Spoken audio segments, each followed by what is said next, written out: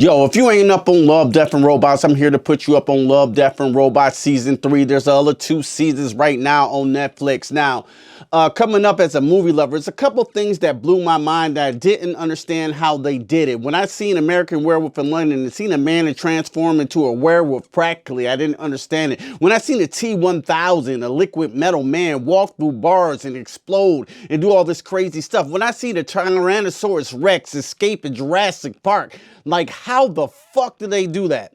And it's an episode in Love, Death, and Robots, me being a CG animator, called Jabaro. Like, I don't know how they did this shit. Let's get into it. If you don't know about Love, Death, and Robots, it's an anthology, sort of a science fiction horror anthology, sort of on the heavy metal side of CG animation and 2D animation and a bunch of different styles. The best way I could explain it is Friday the 13th met Black Mirror, met the Twilight Zone.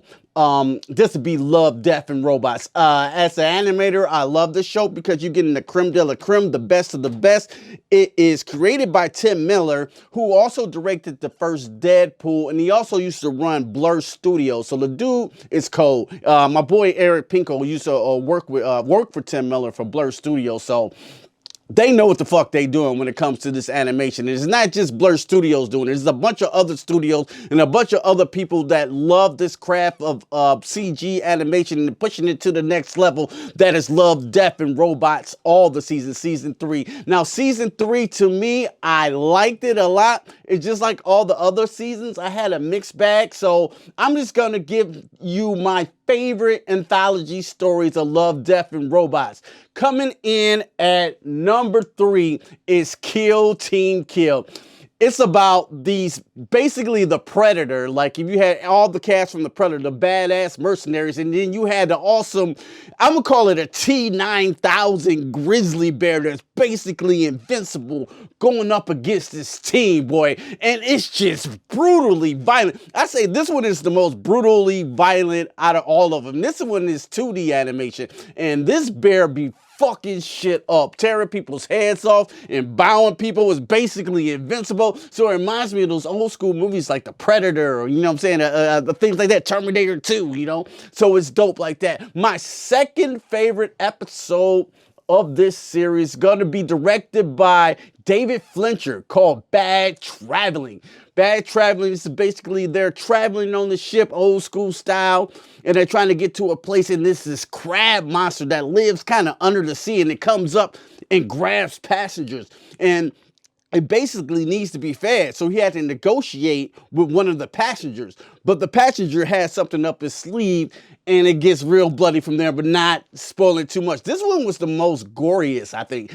It was done. The lighting is impeccable in this one. If you got a Fire TV, or if you got like a projector or something, you will be able to see everything. It's very, very well directed by David Fincher. Now, my number 1 is Jabaro. This shit, sometimes you ever watch a movie or a film you just can't keep your eyes off of? This was Jabaro to me, bro. Like, okay, Jabaro is basically about, you know, like, I think they're in some type of medieval Spanish times or whatever, and they run into this creature called a siren. And if you don't know about sirens, they can scream and they can manipulate you to do certain things. So this thing is so beautiful. It has this wild, you know, Leah dance from the ages, like this, and then she calls the soldiers to them, you know what I'm saying? And they're flipping around and they're fighting each other at the same time. They're like in total madness. And it's one guy it doesn't affect because he's deaf. And I'm gonna leave it at that. And it's a very tragic story, but it's one of the most beautiful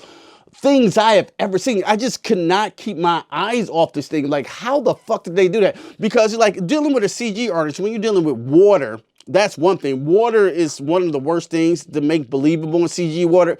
And they're splashing. There's even one part in this film when it the river turns to blood, you know, and then she has these bees that she's dancing with. Like, if you know anything about CG, you got a problem with geometry interacting with each other and clipping each other. So I don't know how they did this. Is this part photorealistic and the part CG? I really don't know how they did it. Awards are going to be rolling out for Jabaro. it was a beautiful tale, but it was even more intriguing to look at. So that's what I'm saying about Love, Death, and Robots. It's one of the most intriguing things you can look at right now on Netflix. I know we've been complaining about a lot on Netflix, but this is quality content. All of them don't work. Like, all of these stories don't work for me. It's like one with the rats that didn't work. Another one that did work for me, I'm throwing a quick shout out, Night of the Tiny Dead. I think it was just like, it was like a zombie apocalypse done in miniatures, and you just see the whole thing play out like you think, but it's like very, very small, and it was very, very creative. So I give kudos to that one. But it was something like The Swarm. That was kind of good. It looked beautiful, but I think it cut off right when it was about to get good. And it's a couple more that didn't quite work for me, but like those three that I named, Drbaro was crazy. So if I had to score Love, Death, and Robots Season 3 right now on Netflix, I'm going to give it a 3.75 out of 5. You know what? All the stories didn't work for me completely, but it was a couple in here that was creme de la creme. If you guys haven't checked out Love, Death, and Robots, I suggest you check them out. Season 1 is pretty dope, especially the first episode of Season 1. There's a dope one about werewolves in Season 2. This is just a very creative show made by very creative people. And if you like that type of thing, I suggest you badass animation. I suggest you check out Love, Death, and Robots. Have you guys checked out Love, Death, and Robots? And what's your favorite episode? Let me know in the comments below. And if you like this content, make sure you go ahead and hit that like button. If you really like this content, consider becoming one of the Q Review family. And as always,